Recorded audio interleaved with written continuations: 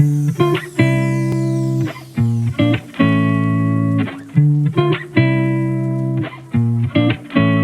की वीडियो थोड़ी सी इन्फॉर्मेटिव होने वाली है, प्लस मैं अपना पर्सनल एक्सपीरियंस शेयर करूँगा यूनिवर्सिटी एंट्री स्कीम के कैंपस इंटरव्यू के रिगार्डिंग। तो चलिए शुरू करते हैं इस वीडियो को। ये वीडियो 3 पार्ट्स में होने वाली है। फर्स्ट पार्ट के अंदर मैं आपको यूनिवर्सिटी एंट्री स्कीम का एलिजिबिलिटी क्राइटेरिया बताऊँगा।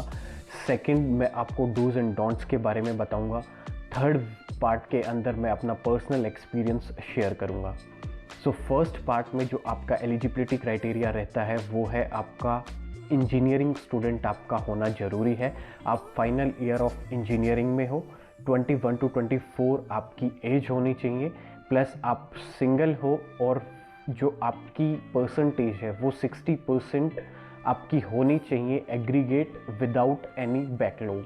सो ये एक बेसिक क्राइटेरिया है, बाकी आप कंप्लीट वेबसाइट पे भी चेक कर सकते हो। तो अब बात करते हैं डूज एंड डोंट्स की। तो आपको यहाँ पे कुछ चीज़ों का ध्यान रखना है जो आपको करनी है, और कुछ ऐसी चीज़ें हैं जो आपको बिल्कुल भी नहीं करनी है ये इंटरव्यू के दौरान। सो स्टार्ट करते हैं। सबसे पहले नंबर 1 पे आती है आपकी ड्रेसिंग सेंस। ड्रेसिंग सेंस में आपको फॉर एग्जांपल अगर आप वाइट शर्ट ब्लैक पैंट पहन रहे हो तो मेक श्योर कि आपकी जो बेल्ट हो, आपकी बेल्ट का कलर भी ब्लैक होना चाहिए। ऐसा ना हो कि आप ब्राउन कलर की बेल्ट पहन के इंटरव्यू अटेंड कर रहे हैं, वो एक इम्प्रेशन ख़राब करने वाली बात होती है, राइट। हो सकता है कि वो थोड़ा सा नेगेटिव हो जो ऑफिसर आपको मॉनिटर कर रहे हैं उनके लिए, राइट।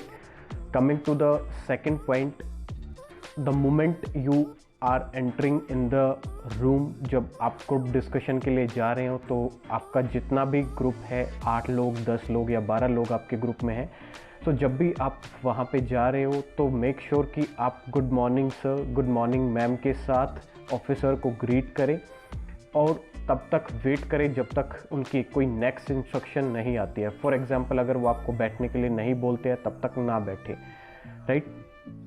थर्ड यहाँ पे आता है कि जब आपको ऑफिसर ग्रुप डिस्कशन के लिए कोई भी टॉपिक असाइन कर देते हैं तो वहाँ पे आपको 2 से 3 मिनट सोचने के लिए समय मिलेगा। उस समय का यूटिलाइज करें, वहाँ पे उस टॉपिक को अच्छे से सोच ले कि आपको क्या बोलना है, कैसे शुरू करना है और कैसे उस अपने पॉइंट को कंक्लूड करना है वहाँ पे, राइट।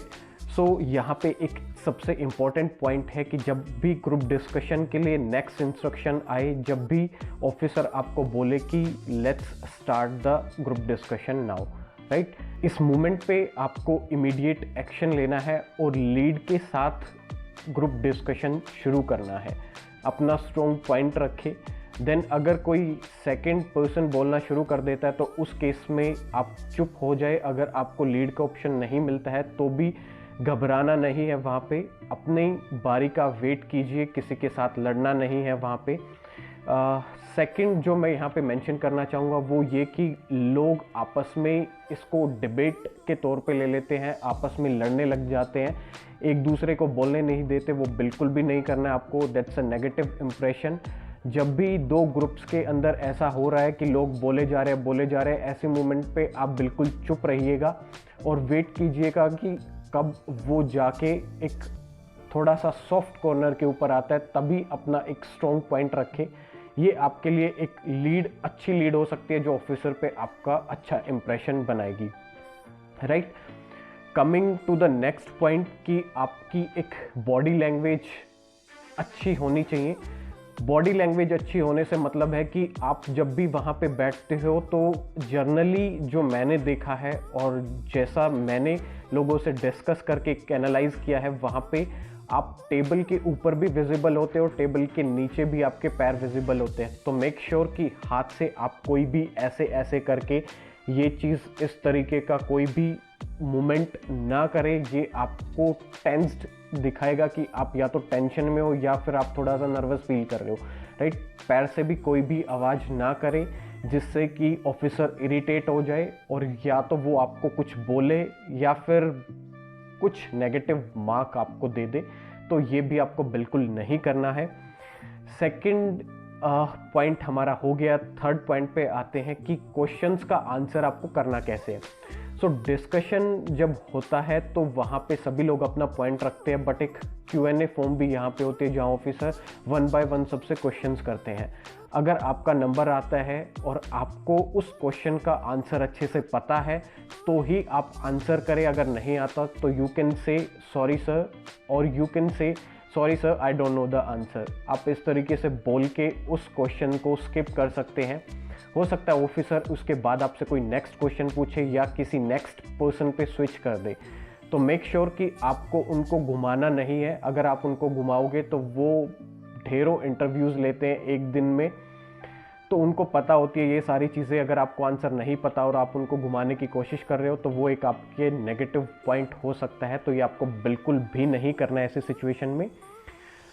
प्लस एक चीज़ मैं आपको बताना भूल गया जो स्टार्टिंग में आपको करनी है, कि जो ये इंटरव्यू होता है ये आपका कोई भी सब्जेक्टिव नहीं होगा।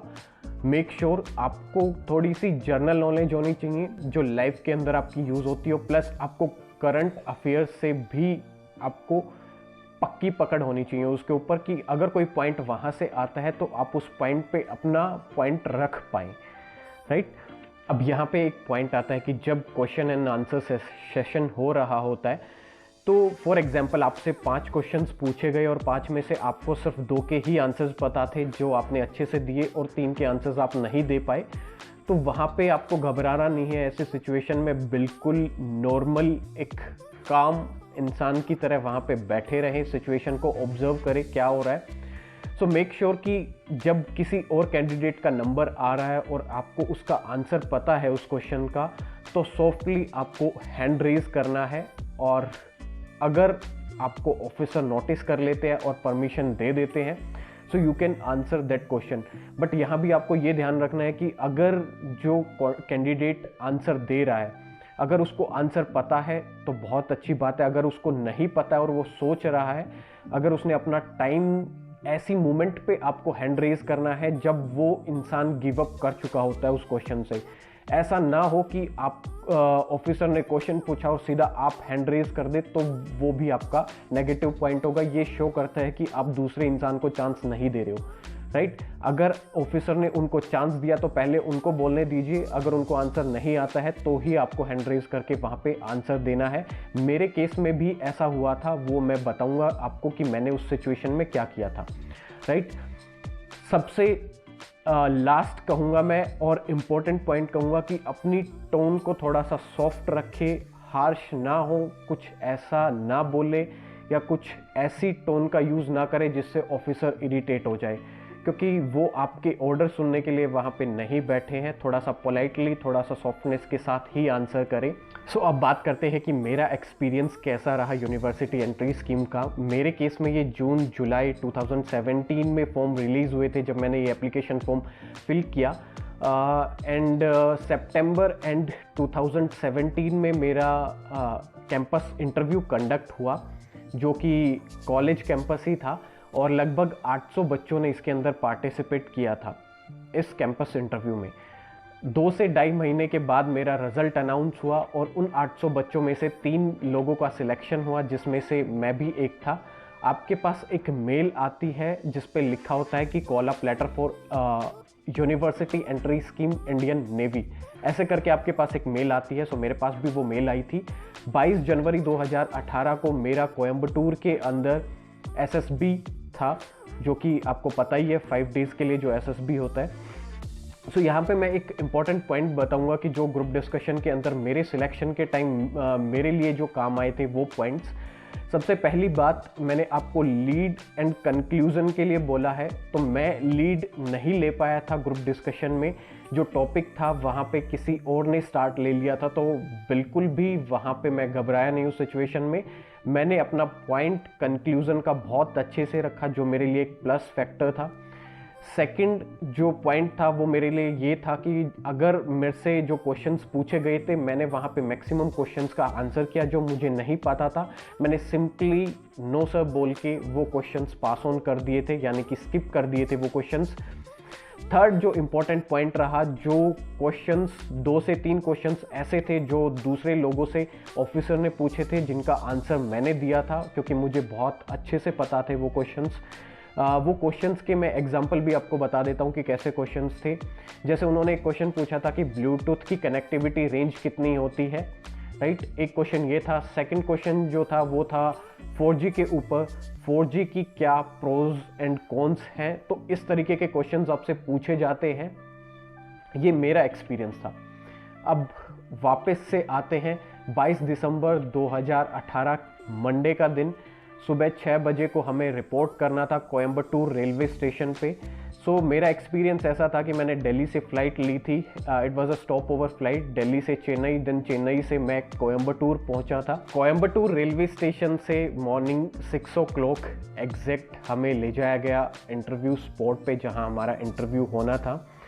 सो वहाँ पे जाने के बाद जो सबसे पहला काम था, ऑफिसर्स ने हमारे डॉक्यूमेंट्स चेक किए। ये करीब 1 से 2 घंटे का प्रोसीजर था जिसमें आपको अपने डॉक्यूमेंट्स सारे चेक करवाने होते हैं। देन डॉक्यूमेंट्स चेक करवाने के बाद हमें ब्रेकफास्ट के लिए भेजा गया। It was a good breakfast. आपका ब्रेकफास्ट करने के बाद आपको एग्ज़ाम के लिए एक कॉल आता है कि आपको एग्ज़ाम हॉल में जाना है, जहां आपका PPT picture perception test conduct होता है। देन उसके बाद आपको अगेन ग्रुप्स के अंदर डिवाइडेड कर दिया जाता है। डिवाइड करने के बाद आपका ग्रुप डिस्कशन होता है वहाँ भी जाने के बाद। सो ये फर्स्ट डे की एक्टिविटीज़ थी जिसमें मैंने पार्टिसिपेट किया। अनफॉर्चुनेटली मेरा फर्स्ट डे सिलेक्शन नहीं हो पाया और मैं वहाँ से आउट हो गया। सो वहाँ से आउट होने के बाद आपको थ्रू बस वापस से रेलवे स्टेशन पे छोड़ा जाता है, जहाँ से आप अपने कन्वेंस के थ्रू, आपको फ्लाइट से आना है, आपको ट्रेन से आना है, जैसे भी आपको सूटेबल होता है आप वापस अपने घर के लिए निकल लेते हैं। यहाँ पे एक इम्पॉर्टेंट पॉइंट ये भी है कि जब भी आपको कॉल लेटर आता है तो वहाँ पे मेंशन होता है एक पॉइंट के अंदर, जिसमें आपका ट्रैवलिंग एक्सपेंस जो भी होता है वहाँ पे, और जो आपका ब्रेकफास्ट से रिलेटेड हो गया, या फिर आपका अगर सिलेक्शन होता है वहाँ पे 5 डेज़ का स्टे होता है, तो वो सारा का सारा इंडियन नेवी ही उसकी टेक केयर करती है। सो मेरे केस में भी यही हुआ था। जो ट्रैवलिंग एक्सपेंस था वो हमें एक जर्नल ट्रेन फेयर के हिसाब से कैलकुलेट होता है, और उसी ट्रेन फेयर की आपकी टिकट चेक होती है। अगर आप फ्लाइट से गए हो तो आप फ्लाइट की टिकट दिखा सकते हो, अगर आप ट्रेन से गए हो तो आप ट्रेन की टिकट दिखा दो। उस पर आपका अमाउंट लगभग डबल कैलकुलेट करके आपको दे दी जाती है। सो ये अमाउंट जो हमें मिली थी वो कैश में एक अमाउंट मिली थी। सो कुछ मेरा एक्सपीरियंस ऐसा रहा यूनिवर्सिटी एंट्री स्कीम का। इसके लिए मैंने कोई भी कोचिंग नहीं ली थी कहीं से भी, और एक स्मॉल सी अचीवमेंट थी मेरे करियर की। आई होप कि आपको ये वीडियो पसंद आई, और अगर पसंद आई तो hit the like button, channel को सब्सक्राइब कर लो ऐसे ही इंफॉर्मेटिव वीडियोस के लिए। तब तक अपना और अपनों का ख्याल रखें। मिलते हैं किसी अगली वीडियो में। Thanks for connecting.